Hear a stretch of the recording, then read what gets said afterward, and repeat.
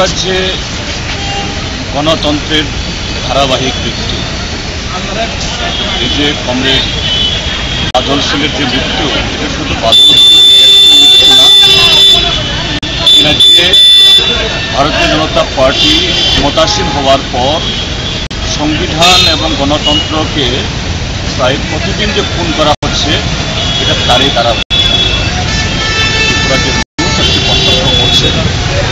যে দল মাত্র 1.5 মাস আগের ভোটে নাকি 80% ভোট দিয়ে জিতেছেন, আর সেই দল পঞ্চায়েত নির্বাচনে জনগণের সামনে দাঁড়াতে ভয় পাচ্ছে।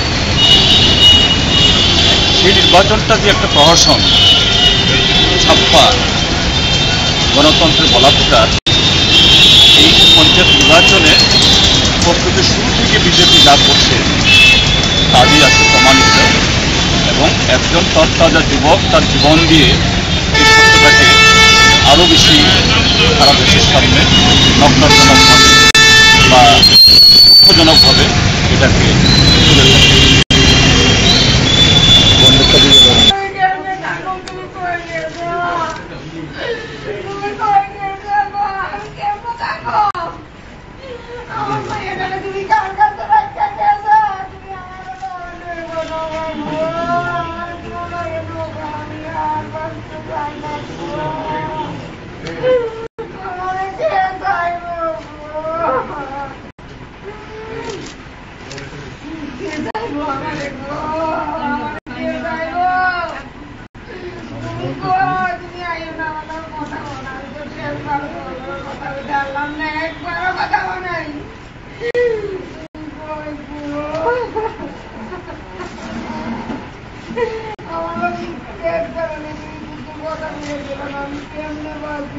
I'm